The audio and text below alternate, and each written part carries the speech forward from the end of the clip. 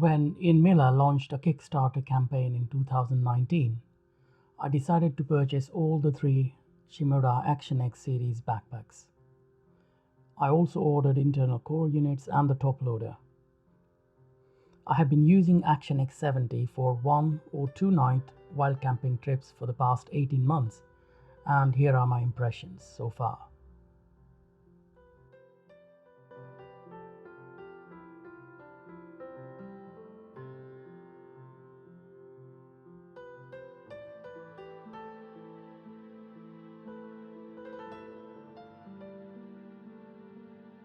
So, hello everyone.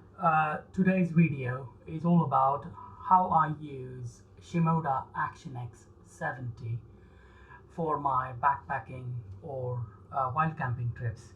This is all the gear I carry for a 1 or 2 day night out in the wilderness or in the mountains in the UK and in Central Europe. And yeah, I'll show you how I have been using Shimoda Action X70 for the past 18 months now. I've taken it on various one-day wild camping trips, so it's quite an interesting backpack. I have another video about Action X30 and how I use it for my large format photography.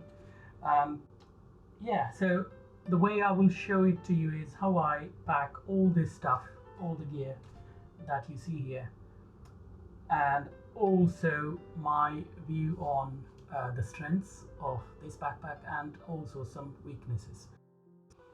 So as you can see, at the bottom of the pack goes my sleeping bag, and then my Shimoda pouch with camera and drone in it. And alongside that goes my cooking pot, and just above that a cup, a simple plastic cup with my sleeping pillow inside it, and next to that the camping light I use, then the thermarest sleeping pad, above which goes my tent, but this is just the part of the tent. The poles etc. go in front of the backpack. This goes into the bottom compartment, and at the top compartment I use it for food items, snacks, water filter system, my emergency kit, map, compass, filter system, and then my clothes for in case the weather gets poor, it starts to rain, or rain gear, or down jacket, etc. Again, on the front side, as I mentioned, I put the poles for my tent and just the sitting mat again from thermarest, and that's all I use really.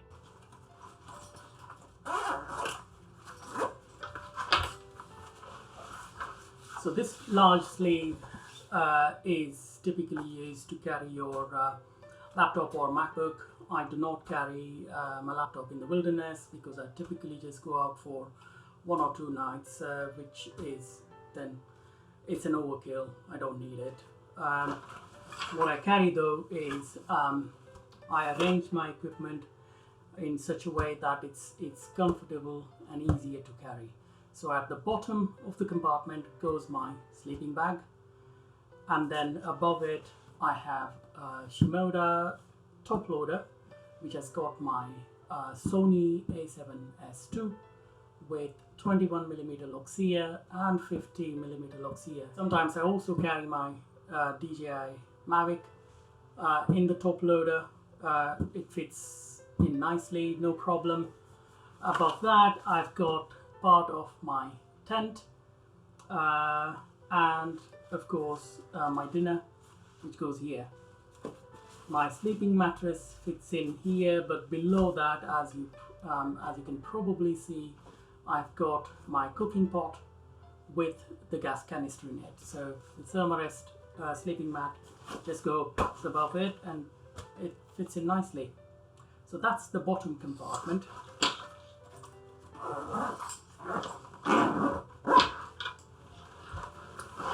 In one of the side compartments I carry my tripod, and this one carries my water bottle from Livesey, which has got built-in filter. I've been using it for a couple of years now. Absolutely wonderful, no problem, fits in easily.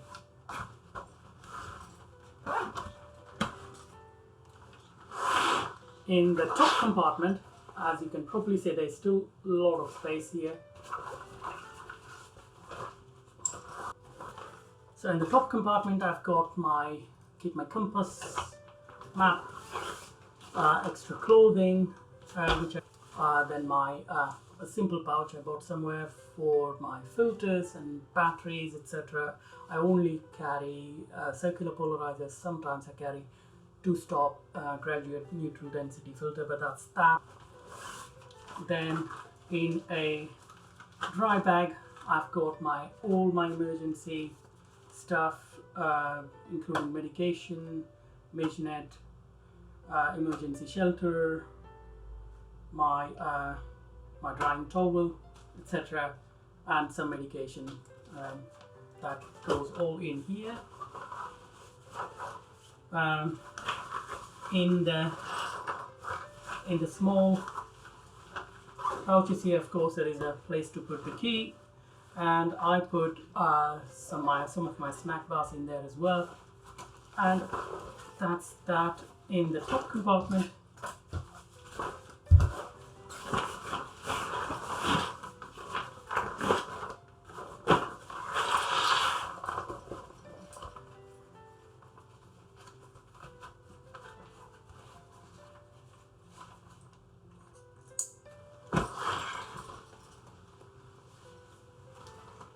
so in the front compartment, I sometimes keep my rain jacket, but definitely my tent poles go in here. They're fitting quite nice and snug. There are some small pouches I can use for tidbits, wires, charging cables and stuff like that. And then my sitting mat from Thermarest either goes inside the front pouch or like this here. My action camera with its tripod goes in here. It's nicely and always accessible. My phone goes into one of these pockets and is again always accessible and safe. You can also use this pouch for a small bottle of water, but I don't use it for that purpose. So this works. And that's that. All I carry for 1 or 2 nights trip, really. Okay, so I've been using this bag for about 14 to 16 months now. I've got multiple one-day, overnight wild camping trips. So I've been enjoying it. It's quite useful. One of the things which I really like is the way it is made. The materials used are absolutely brilliant, perfect for adventure photography. You can throw the bag anywhere, and you can be sure that it won't damage the equipment. So that's brilliant. Space is, again, this is a large bag. As you can see, it can easily take more stuff if I need. So space wise, again, brilliant, no problem. Organization, again, I can organize my stuff as you've seen. Stuff I don't need goes at the bottom, and camera, sometimes the top loader uses these clips, and the camera is again always accessible if I need it, but it can also go into the main compartment or bottom compartment here, and is again accessible should I want to take it out. The straps, so both the shoulder and hip belt, they are very well padded and very comfortable, and also it's adjustable, so that's a great feature. So what I do not like, this bag is made for howling photography gear. As you can see, this bottom compartment is meant for carrying your photography gear, and the internal units that come there for X70, they are really large, so it's meant for videographers and people who want to carry photography equipment into the wilderness. That means the backpack is heavy, but for a reason. It needs to protect your camera gear, but that makes this backpack slightly heavy. I think it's more than 2 kilos. I'll put the numbers somewhere here. So that's one thing. Second thing is, what I've noticed is, particularly if I'm going uphill, the weight initially is sitting nicely on my hips, but then slowly it starts to put strain on my shoulders. So the bag rests on the shoulder straps, so on the shoulder, and I've tried various settings and it's consistent. While coming downhill I don't notice that, but going uphill often I notice after a few minutes the weight is on my shoulders instead of hips. That I haven't figured out how to fix that. There could be a way.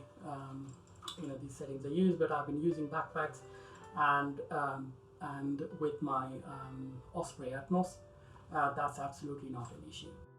The third disadvantage I have found is the ventilation at the back. Compared to my Osprey Atmos, despite a well-made design, I have found breathability to be an issue.